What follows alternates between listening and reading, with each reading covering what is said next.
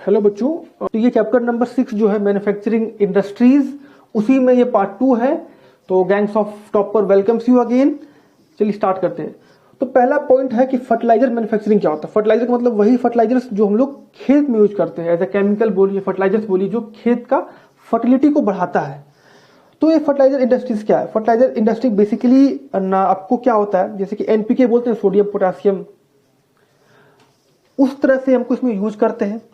और जैसे nitrogen, phosphate, potash, फिर आपको डीएपी होता है, डाइफास्फोट होता है, एल्युमिनियम, फिर आपको नाइट्रोजन फर्टिलाइजर्स होता है। तो ये सब क्या है? फर्टिलाइजर्स इंडस्ट्रीज है जो बहुत इंपॉर्टेंट रोल प्ले करता है, खासकर एग्रीकल्चर के लिए।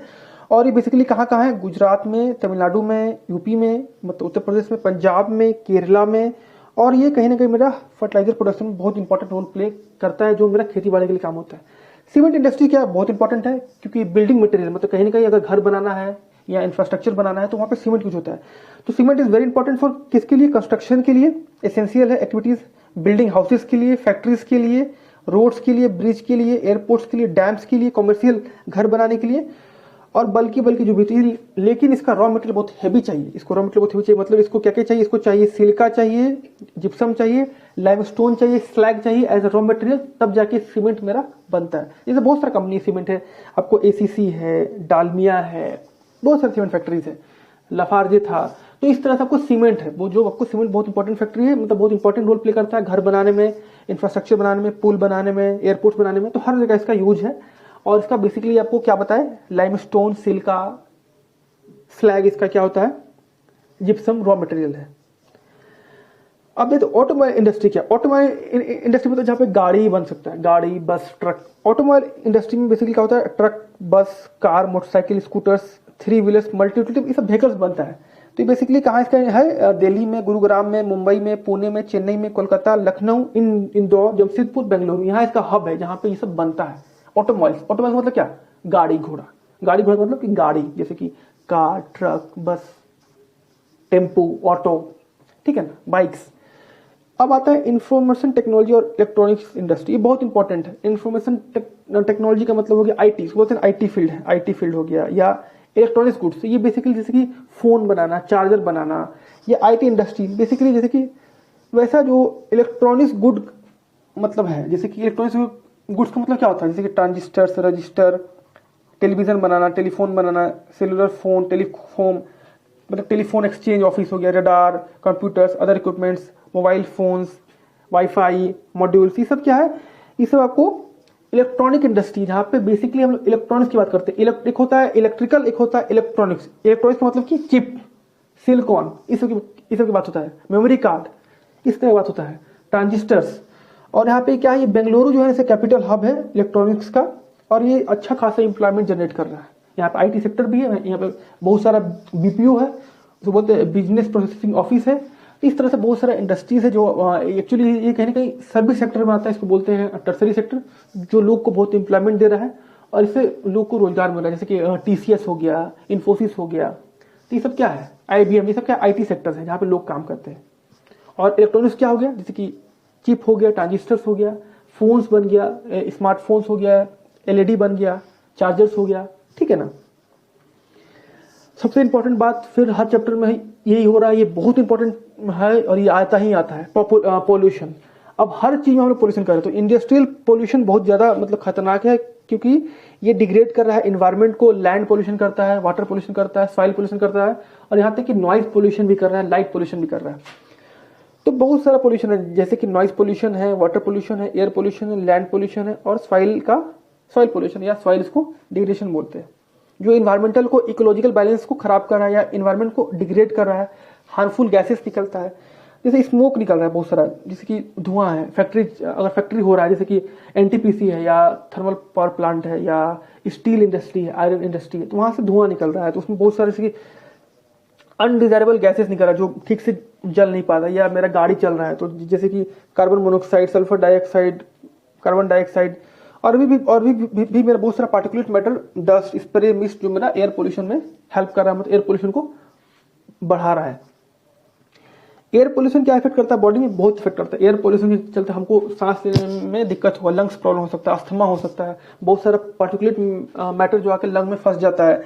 तो ये जैसे कि बहुत सारा बिल्डिंग्स बनता है, बहुत सारा मेरा गैसेस निकल रहा है, स्मोक्स निकलता है, कार्बन डाइऑक्साइड निकलता है, कहीं मेरा फैक्ट्रीज है, केमिकल फैक्ट्रीज है, उससे क्या निकलता है, उससे फ्यूम्स निकलता है, स्प्रे निकलता है, ब्रिंक्स क्लिकर्स, रिफाइनरी से बहुत सारा मेरा धुआं निकलता है, बहुत सारा फैक्ट्रीज है जहां से मेरा इम्प्योरिटीज निकलता है, फ्यूम्स निकलता है, फ्लेम्स निकलता है, फिर आपको carbon monoxide, carbon dioxide, sulphur monoxide, फिर आपको बहुत सारा फ्यूल जो बर्न होता है फॉसिल फ्यूल, उससे भी मेरा बहुत सारा धुआं निकलता है। तो ये कहीं ना कहीं मेरा स्मॉल और बिग फैक्ट्री जो स्मेल्टिंग करता है वो मेरा पोल्यूशन क्रिएट कर रहा है।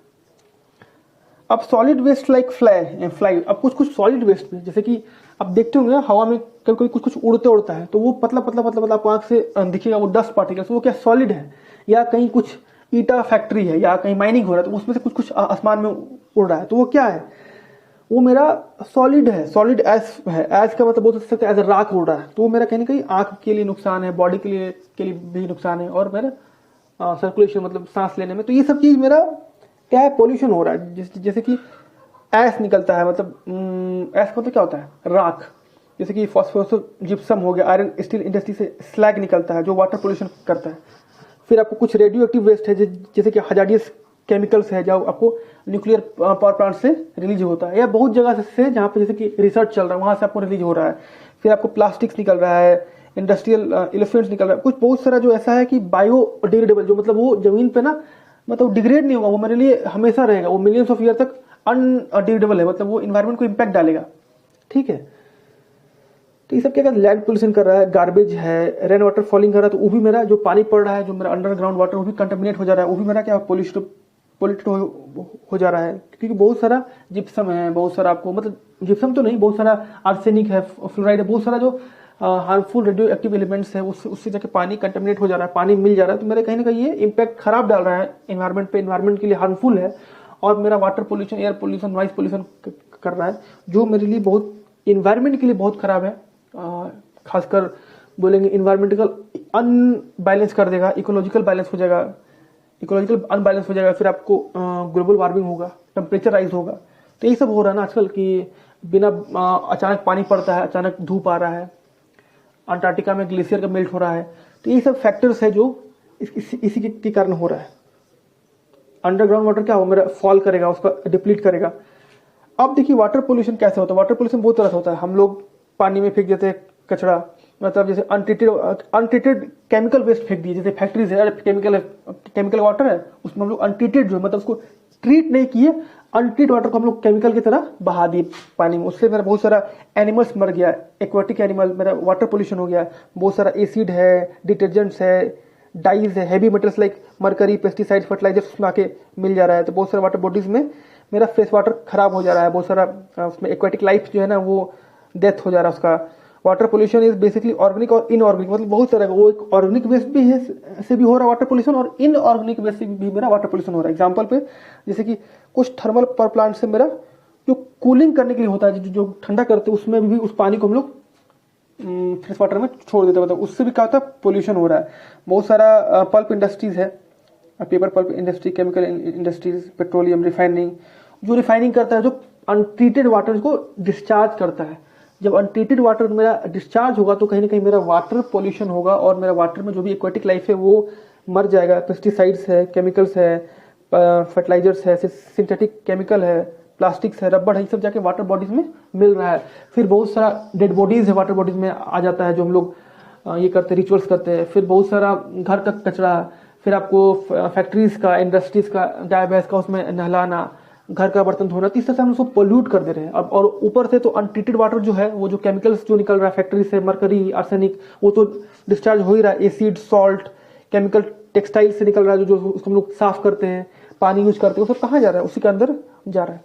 नॉइज पोल्यूशन क्या है, बहुत सारा मशीन चलता है, बहुत ज्यादा हैवी आवाज करता है, जो बहुत सारा मशीनरी है, बहुत सारा फैक्ट्री इक्विपमेंट्स है, जनरेटर्स है, इलेक्ट्रिक ड्रिल्स है, न्यूमेटिक्स है, जो सुनने का क्षमता को खत्म कर देगा। वो कहीं ना कहीं मेरा हियरिंग लॉस कर देगा, आंख में इशू आ जाता है, कचरा उड़ता है तो डस्ट होता है, इससे हमको इरिटेशन होता है, लॉस ऑफ हियरिंग हो सकता है, मेरा ब्लड प्रेशर बढ़ जाएगा, हार्ट रेट बढ़ जाएगा। इंडस्ट्रियल मशीनरीज है, बहुत ज्यादा कंस्ट्रक्शन का काम चल रहा है, बहुत ज्यादा ड्रिल हो रहा है, आवाज कर रहा है, तो इस सबसे ना कहीं मेरा नॉइज पोल्यूशन हो रहा है। फिर आपको बाइक्स है। तो बेसिकली इंडस्ट्रीज की बात कर रहे थे, इसे हम लोग इंडस्ट्रीज की बात करें तो इस तरह से नॉइज पोल्यूशन मेरा हो रहा है। इसमें इम्पोर्टेंट एनटीपीसी क्या है, नेशनल थर्मल पावर कॉर्पोरेशन, मतलब ये जहाँ पे बिजली बनता है, जो थर्मल पावर प्लांट है उसमें से बहुत ज़्यादा वेस्ट निकलता है, उस पर हमको भी ध्यान देना है। और उस पर बहुत सारा एक्शन हुआ है, जो ऑपरेशन किया इंडिया कि उसमें इन्वायरमेंट मैनेजमेंट सिस्टम लाया है, जो आईएसओ सर्टिफिकेशन है, इंडियन इंटरनेशनल स्टैंडर्ड ऑर्गेनाइजेशन जो होता है, उसमें 2 तरह का हुआ है कि हमको जो नेचुरल इन्वायरमेंट को भी बचाना है, लाइक वाटर, ऑयल, गैस, और साथ में हमको पावर प्लांट को भी रखना है, मतलब सस्टेनेबल डेवलपमेंट करना है। ऐसा नहीं कि हम लोग बिजली के नाम पे, मतलब बिजली पैदा करने के नाम पे थर्मल पावर प्लांट में बिजली पैदा करें, इसके चलते पूरा का इन्वायरमेंट खराब करते हैं। पूरा इन्वायरमेंट खराब नहीं करना है, पूरे इन्वायरमेंट को बचा के हुए काम करना है। तो हम लोग ऐसा ऐसा इक्विपमेंट यूज करें जो पोल्यूशन कम करता है, जो साउंड कम करता है, जो वेस्ट को फिर से यूज कर पाए, मतलब मिनिमम वेस्ट उसमें से जनरेट हो पाए, जो इकोलॉजिकल बैलेंस बना पाए, खासकर पेड़ लगाए, ग्रीन बेल्ट्स लगाए, अच्छा अच्छा टेक्नोलॉजी यूज करें कि जो मेरा गैसेस निकल रहा है उसको हम लोग फिल्टर कर पाए। फिर रिड्यूसिंग करें इन्वायरमेंटल पोल्यूशन, जो एस निकल रहा है उसको हम लोग यूज कर ले, एज अ स्लैग में यूज कर ले, सीमेंट बनाने में, उसको रोड बनाने में, एज अ पॉन्ड जो भी है पॉन्ड में, उसको वाटर को हम लोग रिसाइकलिंग करें, वाटर को हम लोग ट्रीट करें, लिक्विड वेस्ट मैनेजमेंट सिस्टम लाए, waste solid waste management system लाए, वाटर बेस्ड सिस्टम लाए, ताकि उसको हम लोग ट्रीट कर पाए। और साथ में हम लोग इन्वायरमेंट को भी ध्यान रखिए, इन्वायरमेंट में बैलेंस बनाए, इकोलॉजिकल बैलेंस बनाए। और सबसे इंपॉर्टेंट फैक्टर की इस सबको ध्यान रखते हुए हम लोग सस्टेनेबल डेवलपमेंट करें, ताकि मेरा इन्वायरमेंट भी बच पाए और हम लोग बिजली भी पैदा जो करें वो ठीक से पैदा करें, मतलब जनरेट इलेक्ट्रिसिटी विथ इफिशिएंटली। और लास्ट में हम लोग ऑनलाइन डेटाबेस बनाए कि कितना बिजली पैदा हुआ, और उसको हम लोग इकोलॉजिकल मॉनिटरिंग कर पाए कि कौन कितना कितना इन्वायरमेंट मेरा पोल्यूशन हो रहा है और कहाँ कितना लॉस हो रहा है, उसको हमको सेव करना है कि ताकि मेरा पेड़ पौधा भी बचे रहे और मेरा बिजली भी पैदा अच्छे से हो, मेरा इकोलॉजिकल बैलेंस बने और मेरा ऑप्टिमम यूटिलाइजेशन, मैक्सिमम हम रिसोर्स को यूज करें लेकिन सस्टेनेबल वे से, और लेटेस्ट टेक्नोलॉजी यूज करें ताकि मेरा दोनों चीज बच पाए। एक वेस्ट वाटर ट्रीटमेंट होता है, मतलब वेस्ट वाटर बोली या कुछ भी बोली, मतलब कैसे हम लोग उसको करेक्ट। पहला ट्रीटमेंट क्या है कि बिफोर जो हम लोग नदी में जो करते हैं ना डिस्चार्ज, नदी में या लेक में या कहीं हम लोग पॉन्ड में, जो वाटर अनट्रीटेड वाटर होता है, जैसे उसमें केमिकल्स है, फर्टिलाइजर्स है, पेस्टिसाइड्स है, या आर्सेनिक है, मरकरी है, उसमें जो भी अनट्रीटेड केमिकल्स है, फर्टिलाइजर्स है, उसको जो हम लोग डिस्चार्ज करते हैं उसको पहले हम लोग ट्रीट कर ले, उसको पहले हम लोग साफ कर ले। उसको हम लोग क्या करें, treating hot and polluted waste, जो भी उसमें से गर्म पानी या हॉट वाटर जो भी आ रहा है या पोल्यूटेड, उसको हम लोग पहले ट्रीट कर ले, तब उसको पानी में हम लोग मतलब उसको डिस्चार्ज कर या उसको हम लोग फेंके। उसको उससे पहले हम लोग रिसाइकलिंग कर ले, उस पानी का फिर से यूज कर ले, ताकि मेरा पोल्यूशन कम हो सके, मेरा इन्वायरमेंट भी बचे और मेरा रीयूज भी हो जाए। तो मैं बता रहा है कि ट्रीटेड वाटर साइकिल यूज करें, जैसे कि उसको रिसाइकिल यूज करें इंडस्ट्रियल में, फिर रेयर वाटर हार्वेस्टिंग यूज करें, ताकि मेरा पानी हम मैक्सिमम यूज कर पाए, उसी पानी को अपने प्लांट के लिए, और उसको वेस्ट नहीं होने दें, और उसको हम लोग ट्रीट करके वेस्ट करें, मतलब बाहर फेंके, ताकि मेरा प्लांट भी मेरा अच्छा रहे, इन्वायरमेंट भी अच्छा रहे, और मेरा हम उसको रीयूज कर पाए, मैक्सिमम यूटिलाइजेशन कर पाए। ये क्या क्या होता है, वेस्ट वाटर ट्रीटमेंट कैसे होता है। ट्रीटमेंट पहला होता है प्राइमरी ट्रीटमेंट, फिर सेकेंडरी और टर्सरी। बेसिकली प्राइमरी में क्या करते हैं हम लोग, उसको स्क्रीनिंग करते हैं, फिर उसको ग्रीनिंग करते हैं, उसमें देखते हैं कि कौन कौन सा सेडिमेंटेशन किसको लोग छाट सकते हैं। फिर हम लोग बैक्टीरिया के एक्शन से उसमें हार्मफुल जो केमिकल्स को डाइजेस्ट कर देते हैं, उसको हटा देते हैं, ताकि पानी में जाकर हम लोग अगर उसको डिस्चार्ज करें तो उतना इम्पैक्ट मत डाले जो एक्वाटिक लाइफ है और इन्वायरमेंट में, और जाके वो कंटेमिनेट मत करे अच्छा फ्रेश वाटर बॉडीज को। और लास्ट में जो भी उसका जो केमिकल वेस्ट वाटर उसको हम लोग न्यूट्रलाइज कर देते हैं, मतलब उसको खत्म करने की कोशिश करते हैं factories by method of chemical process से, या कैसे भी करके उसको खत्म करते हैं, मतलब वही टर्सरी मेथड है। अब बोल रहा वे टू रिड्यूस, अब कैसे इंडस्ट्रियल पोल्यूशन कम करें, तो कॉमन क्वेश्चन। सबसे पहला कि हमको सस्टेनेबल डेवलपमेंट करना पड़ेगा, मतलब हमको जितना जरूरत है उतना ही हम लोग इन्वायरमेंट यूज करें, ताकि मेरा फ्यूचर अपकमिंग जनरेशन है वो भी आके ये सब चीज देखे, इन्वायरमेंट को यूज कर पाए। मतलब पहला कि सस्टेनेबल डेवलपमेंट कर पाए, हमको नया नया टेक्नोलॉजी यूज करना पड़ेगा, नया नया मशीन जो पोल्यूशन कम करता है, जो रिसाइकलिंग कर पाता है, रिड्यूस कर पाता है, उसको नया नया वेस्ट वाटर ट्रीटमेंट प्लांट बैठाए, मैक्सिमम यूटिलाइजेशन कर पाए रिसोर्सेज का, और जो भी मेरा एलिमिनेट कर पाए हम लोग पोल्यूटेंट्स को, जो भी मेरा पोल्यूटेंट है उसको एलिमिनेट कर पाए, कूलिंग पॉन्ड्स बनाए और उस पानी को ठंडा करें, फिर उस पानी को हम लोग फिर से यूज कर पाए, हीटेड वाटर को, ठीक है, उस पानी को इवेपोरेट कराए, कंडेंसेट कराए, ताकि हम उसको यूज कर पाए, है ना, ताकि मेरा इन्वायरमेंट भी मेरा बेस्ट रहे और मेरा क्या हो जाए, उसको हम as a environment eco friendly use कर पाए इंडस्ट्रीज में।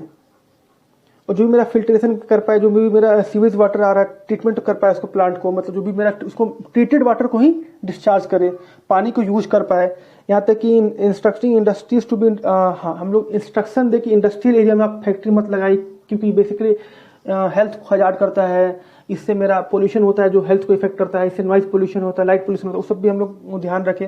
और बहुत सारा रूल्स बनाए जो कॉन्स्टिट्यूशनल जो बोलते हैं संविधान का फॉलो करें, ताकि मेरा एक्ट्स बनाए, रूल बनाए, कुछ नोटिफिकेशन बनाए, ताकि लोग थोड़ा सा अवेयरनेस हो, लोग डरे, ताकि गलत तरीके से माइनिंग मत करे, गलत तरीके से फैक्ट्री मत लगाए, हर तरह का रूल एंड रेगुलेशन फॉलो करे, ताकि मेरा इन्वायरमेंट भी सेफ हो पाए और मेरा डेवलपमेंट भी हो जाए। इकोलॉजिकल प्लस सेफ्टी दोनों इंपॉर्टेंट है, इकोलॉजिकल प्लस डेवलपमेंट। ऐसा मत हो कि दोनों वार मत हो, दोनों का दोनों ठीक तरीके से यूज करे, है ना, कॉन्फ्लिक्ट मत हो, आपको उसका सॉल्यूशन निकालना है, ऐसा यूज करें ताकि मेरा इन्वायरमेंट भी इकोलॉजिकल बैलेंस बन सके, डैमेज कम हो सके, इन्वायरमेंट में पोल्यूशन ना हो सके, सस्टेनेबल डेवलपमेंट हो, एलिमिनेट कर पाए हम लोग पोल्यूशन को, टेक्नोलॉजी यूज करें, मशीनरी यूज करें, best water treatment method use करें। फिर आपको कुछ पॉलिसीज बनाए, एक्ट बनाए जो भारत के कॉन्स्टिट्यूशन में लिखा हुआ है, मतलब ताकि कुछ नया नया एक्ट्स लाए ताकि मेरा इन्वायरमेंट बच पाए और मेरा पोल्यूशन भी कम हो। अब कौन कौन से स्टेप है जो इंडस्ट्रीज को लेना चाहिए कम करने के लिए, तो वही चीज है कि हम लोग रिसाइकिल करें, रीयूज करें बेसिकली, ताकि मेरा मैक्सिमम रिसोर्स यूटिलाइज हो पाए और उसको ट्रीट करें। Best water harvesting method use करें वाटर के लिए, रेन वाटर हार्वेस्टिंग यूज करें ताकि हम लोग पानी को बचा पाए, ताकि पानी को हम लोग यूज कर पाए। ट्रीटिंग हॉट वाटर, जो भी मेरा हॉट वाटर रहा उसको पहले ट्रीट कर ले, तब उसको पानी में फेंके या उसको डिस्चार्ज करे, उससे जैसे बहुत सारे एक्वेटिक एनिमल्स का लाइफ हैम्पर हो जाता है, डेथ हो जाता है। बहुत सारे जो पार्टिकुलेट मैटर है, स्मोक हो गया, फैक्ट्री से निकलता है, उसको हम लोग बहुत सारा मेथड यूज करें, जैसे कि इलेक्ट्रोस्टैटिक प्रिसिपिटेटर है, फैब्रिक फिल्टर्स है, स्क्रबर्स है, इनर्सिया सेपरेटर्स, ये सब क्या, ये सब टेक्नोलॉजी है जो हम लोग यूज कर सकते हैं। उससे मेरा डस्ट पार्टिकल्स कम हो जाएगा, उससे मेरा इन्वायरमेंट को सेफ रहेगा। फिर मेरा जो भी पार्टिकुलेट मैटर है वो है उन लोग को हजार्ड नहीं पहुंचाएगा। इस तरह से हम लोग टेक्नोलॉजी यूज करें, इस तरह से मेरा टूल्स यूज करें, ये सब मशीन्स टाइप का है, मतलब इस तरह से हम लोग यूज करें ताकि मेरा बच पाए। इलेक्ट्रोस्टैटिक प्रिसिपिटेटर, फिल्टर्स, स्क्रबर्स, इस तरह से हम लोग यूज करें ताकि मेरा इन्वायरमेंट भी सेफ्टी रहे और हम लोग भी सेफ रहे, साथ में डेवलपमेंट भी हो और मेरा इन्वायरमेंट भी अच्छा रहे। बहुत सारा स्मोक जो निकलता है उसको हम लोग रिड्यूस कर सकते हैं बाय यूजिंग वाइल। हम लोग जहाँ पे स्मोक निकल रहा है वहाँ पे हम लोग वाइल और गैस यूज करें ताकि मेरा स्मोक को कम कर सके। जहाँ पे हम लोग कोल बंद करते वहाँ हम लोग वाइल बंद करें, गैस बंद करें ताकि मेरा इंडस्ट्री थोड़ा सा स्मोक कम कर सके।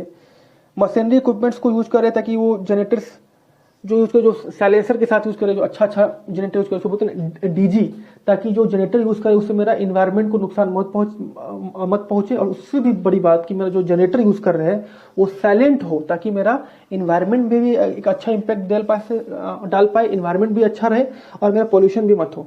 और हर तरह का मशीन को फिर से हम लोग रिडिजाइन करें ताकि उसको इफिशिएंसी मैक्सिमम यूज कर पाए। हम लोग क्या, ये मशीन तो रन कर रहा है, उतना ही फ्यूल रन कर रहा है, उतना ही स्मोक कर रहा है, लेकिन हम लोग उसका इफिशिएंसी जो होता है ना वो अच्छे से हम लोग यूज नहीं कर पाए, उसको बेस्ट इफिशिएंसी हम यूज कर पाए और उसका जो पॉल्यूशन है वो कम कर पाए, या तो उसका नॉइज पॉल्यूशन हम लोग कम कर पाए, उसका इफिशिएंसी को बढ़ा पाए, मैक्सिमम उससे आउटपुट ले पाए, ठीक है, ताकि मेरा वो मशीन उतना ही काम करे, मैक्सिमम काम कर पाए उतना ही रिसोर्सेज में, कम रिसोर्सेज में। तो वही बोला, utilisation of maximum resources. Machine को फिर से हम लोग रिडिजाइन करें ताकि मेरा अच्छे से उसका हम एनर्जी मतलब एनर्जी उससे हम यूज कर पाए और मैक्सिमम लॉस मत हो, मेरा मिनिमम लॉस हो एनर्जी का। तो ये गैंग्स ऑफ टॉपर्स का आपको प्ले स्टोर पे ऐप है, आप ऐप डाउनलोड कर सकते हैं। इस पे पेड और अनपेड कोर्सेज बहुत सारा है, आप देख सकते हैं। ये असिस्टेंट है, आप किसी भी तरह का क्वेरी है या कोई भी तरह का क्वेरी आपको हो रहा है कोर्स के रिलेटेड तो आप बात कर सकते हैं, सपोर्ट कर सकते हैं हम लोग को आप। और ये हम लोग का सोशल हैंडल पेज है, गैंग्स ऑफ टॉपर का फेसबुक पेज है, इंस्टाग्राम पेज है, टेलीग्राम है, यहाँ से आपको बहुत सारे नोट्स मिल सकता है हर चीज़ का। और ये मेल आईडी है हम लोग का। तो thank you for watching this video और thank you for your valuable time कि जो आप लोग इस वीडियो को देखें। तो प्लीज़ हमारे चैनल को सब्सक्राइब कीजिए और लाइक कीजिए। और कहीं भी कुछ भी आपको इशू हो रहा है, कुछ भी चैप्टर पढ़ना है तो प्लीज़ बताइए ताकि उसमें हम लोग काम कर सके। और ये एक लास्ट चैप्टर बचेगा कल, उसके बाद लाइफ लाइन ऑफ इकोनॉमी, उसके बाद ये ज्योग्राफी का क्लास 10 का चैप्टर खत्म हो जाएगा पूरी तरह ज्योग्राफी। उसके बाद फिर हम लोग कुछ और स्टार्ट करेंगे जैसा आप लोग का डिमांड होगा। तो ये कल या परसों तक खत्म हो जाएगा। तो thank you for your support and love.